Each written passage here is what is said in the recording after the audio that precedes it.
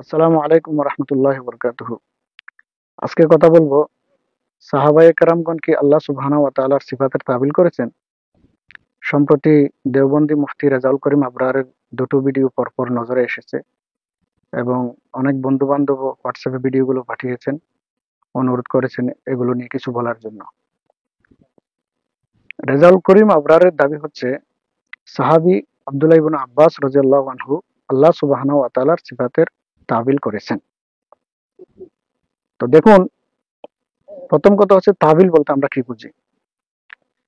তাবিল এবং তাফসির এই বিষয়গুলো যদি ক্লিয়ার না হয় তাহলে আকীদার এই সমস্যাটা পরিষ্কার হবে না।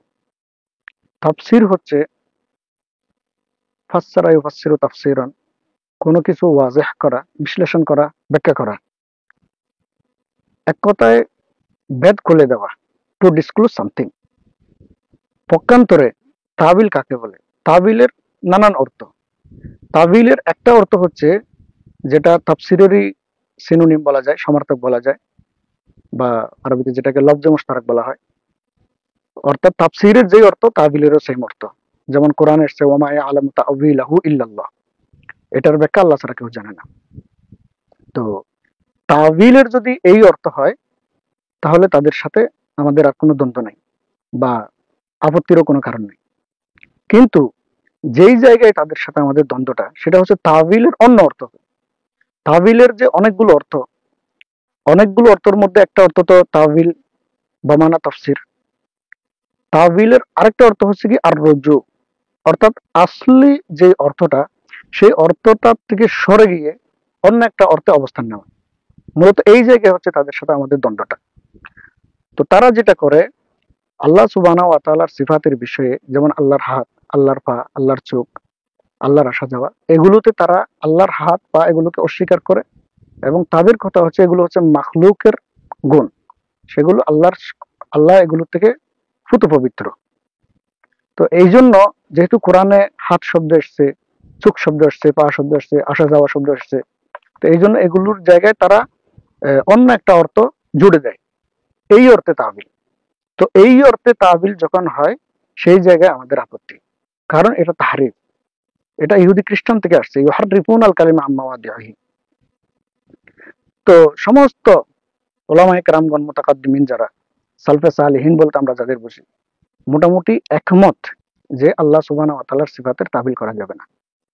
তো এখন রেজাউল করিম আবরার যে বলছে যে সাহাবী আব্দুল্লাহ ইবনে আব্বাস রাদিয়াল্লাহু আনহু আল্লাহ সুবহানাহু ওয়া তাআলার সিফাতের তাবিল করেছেন। তো আজকের যে ভিডিওটা আমি দেখেছি, সূরা আনআম থেকে একটা দলিল পেশ করেছেন তিনি, সেটা হচ্ছে কি সূরা আনআমের সম্ভবত 158 নম্বর আয়াত, হাল ইয়ানজুরুনা ইল্লা আন তা'তিয়াহুমুল মালাইকাতু আও ইয়াতিয়া রাব্বুক। মানে এখানে আল্লাহর আশাকে, আসা যাওয়াকে অস্বীকার করেছে। এখানে বলেছে সাহাবী আব্দুল্লাহ ইবনে আব্বাস রাদিয়াল্লাহু আনহু এখানে আমরু রব্বিক, অর্থাৎ আল্লাহর হুকুম আসার কথা তাবিল করে নিয়েছেন, মানে আল্লাহর আসা যাওয়াকে অস্বীকার করেছেন। দেখুন, আল্লাহর আসা যাওয়া এটা আজকের ভিডিওতে প্রাসঙ্গিক না, সে কারণে বলছি না, শুধু এটুকুই বলছি, বেরলভীদের কানজুল ইমান থেকে শুরু করে দেওবন্দীদের তাফসিরে মারিফুল কোরআন, তাফসিরে মাযহারি থেকে শুরু করে তাফসিরে ওসমানী থেকে শুরু করে যত তাফসিরের কিতাব আছে সব তাফসিরের কিতাব খুলে দেখেন, ওয়াজা রব্বুকা ওয়াল মালাকু সফফান সফফা, কি অনুবাদ করে রেখেছেন তারা। তো যাই হোক, এখানে যে সাহাবী আব্দুল্লাহ ইবনে আব্বাস রাদিয়াল্লাহু আনহু আল্লাহর আসা যাওয়াকে অস্বীকার করেছেন বলেছেন, রেজাউল করিম আবরার ধোঁকাটা কিভাবে দিয়েছেন দেখেন। রেজাউল করিম আবরার কি কোরআনের শুধু এই আয়াতেই বসে আছেন, আর কি আয়াত দেখবেন না? তাফসির দু ধরনের হয়, তাফসির বিল মাসুর, তাফসির বিল রায়। সাহাবী আব্দুল্লাহ ইবনে আব্বাস রাদিয়াল্লাহু আনহু এই জায়গায় তাফসির বিল মাসুর করেছেন। তিনি সাহাবী আব্দুল্লাহ ইবনে আব্বাস রাদিয়াল্লাহু আনহু মূলত নিজের থেকে কোনো তাবিলই করেননি, আল্লাহর কথাটাই সাহাবী আব্দুল্লাহ ইবনে আব্বাস রাদিয়াল্লাহু আনহু বলেছেন। সূরা নাহলের 33 নম্বর আয়াত দেখেন, সেম, হাল ইয়ানজুরুনা ইল্লা আন তা'তিয়াহুমুল মালাইকাতু আও ইয়াতিয়া আমরু রাব্বিক, আও ইয়াতিয়া আমরু রাব্বিক। তাহলে আল্লাহর কথাটাই তো এই আয়াতে সাহাবী আব্দুল্লাহ ইবনে আব্বাস রাদিয়াল্লাহু আনহু বলেছেন, তাহলে তাবিল হয় কিভাবে? অথচ এই রেজাউল করিম আবরার এটাকে সাহাবী তাবিল করেছেন বলে বা তাবিল, তাবিল মানলাম, কিন্তু তাবিল বোমানা যদি তফসির হয় তাহলে তো আপত্তি নেই, ঠিকই তো আছে। কিন্তু আবরার উদ্দেশ্য কি? উদ্দেশ্য অন্যটা, যেটা তাবিল বোমানার রুজু, মানে অর্থ বিগড়ে দেওয়া, সেই অর্থ। এটা সাহাবী আব্দুল্লাহ ইবনে আব্বাস রাদিয়াল্লাহু আনহুর উপর একটা স্পষ্ট অপবাদ। এরপরে আরেকটা আয়াতে বলেছে যে ওয়াসসামা বানাইনাহা বিআইদিন ওয়া ইন্না লামুসিহুন। এই যে এখানে আল্লাহর হাতের কথা বলা হচ্ছে, তো এখানে সাহাবী আব্দুল্লাহ ইবনে আব্বাস রাদিয়াল্লাহু আনহু বিকুওয়া দ্বারা তাবিল করেছেন।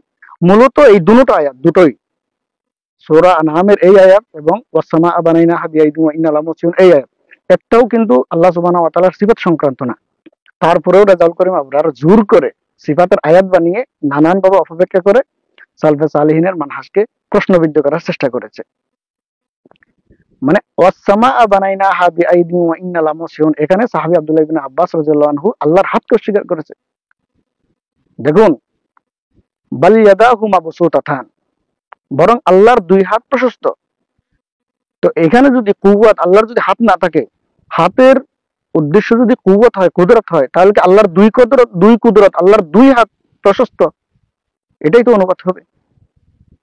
তো আপনি কোরআন বুঝবেন, হাদিস বুঝবেন, আপনাকে অবশ্যই সালফে সালেহিনের বুঝ নিতেই হবে, নিতেই হবে। আপনি কিভাবে হাত অস্বীকার করবেন? আল্লাহ সুবহানাহু ওয়া তাআলার সিফাতগুলোকে কিভাবে অস্বীকার করবেন? আপনি এই যে ইমাম আবু হানিফা রহিমাহুল্লাহকে ইমামে আজম বলে ঘোষণা দিয়েছেন, অথচ ইমাম আবু হানিফা রহিমাহুল্লাহ ওনার আল ফিকহুল আকবরে কি লিখেছেন আল্লাহ সুবহানাহু ওয়া তাআলার ক্ষেত্রে? ওয়ালাহু ইয়াদুন ওয়া ওয়াজহুন ওয়া নাফসুন কামা যাকারাহুল্লাহু তাআলা ফিল কুরআন।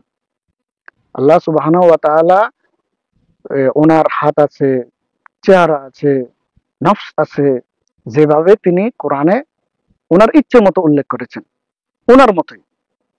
এবং ইমাম আবু হানিফা রহিমাহুল্লাহ স্পষ্ট বলে দিয়েছেন যে এখানে নিয়ামত, কুদরত ইত্যাদি শব্দ দ্বারা কোনো ধরনের অর্থ বিগড়ে দেওয়া যাবে না। কেননা এগুলো ছিল হচ্ছে কি মুতাজিলাদের আকীদা, কদরিয়াদের আকীদা। তিনি স্পষ্ট নিষেধ করেছেন। এই যে মিজানুর রহমান আজহারি কথায় কথায় বলছেন যে আল্লাহর কুদরতিফা, ইমাম আবু হানিফা রহিমাহুল্লাহ এটাই বলতে নিষেধ করেছেন। তো আপনি এমন একজন ব্যক্তিকে ইমাম আজম বানালেন যার আকীদাই নষ্ট আপনার কথা মতে। আসলে আপনারা এটা স্বীকারও করেছেন।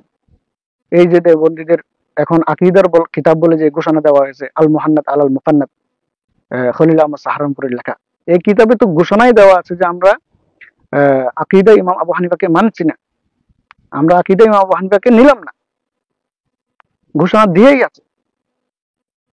আসল কথা হচ্ছে, আলহামদুলিল্লাহ আমরা সালাফিরা বুক ফুলিয়ে যে কথাটা দাবি করতে পারি, দেওবন্দ প্রতিষ্ঠা হবার আগের যত আকাইদের কিতাব আছে আলহামদুলিল্লাহ আমাদের আকীদার সাথে মিলবে। কিন্তু দেওবন্দীরা এটা কোনোদিন গর্ব করে বলতে পারবে না, পারবে না। আকাইদের কিতাব খুলেন, সামনে রাখেন। এজন্য তাদেরকে নতুন করে বলতে হচ্ছে আমাদের আকীদার কিতাব হচ্ছে আল মুহান্নাদ আল মুকান্নাদ অথবা জাকারিয়া কান্দলবির একটা কিতাব। তো দেখুন, মূলত সালফে সালিহিনের বুঝ অনুযায়ী আপনাকে কোরআন বুঝতে হবে। আপনি নিজের মতো করে যখন কোরআন বুঝবেন, তখন আপনি কোরআনের এক কথা বাদ দিয়ে আরেক কথায় এসে অপব্যাখ্যা আপনাকে করতে হচ্ছে। এটা জুলমুন আযীম। আল্লাহ আমাদেরকে এই সমস্ত অপব্যাখ্যা থেকে, এই সমস্ত ছল চাতুরির কবল থেকে আল্লাহ আমাদেরকে হেফাজত করুন, গোটা জাতিকে হেফাজত করুন।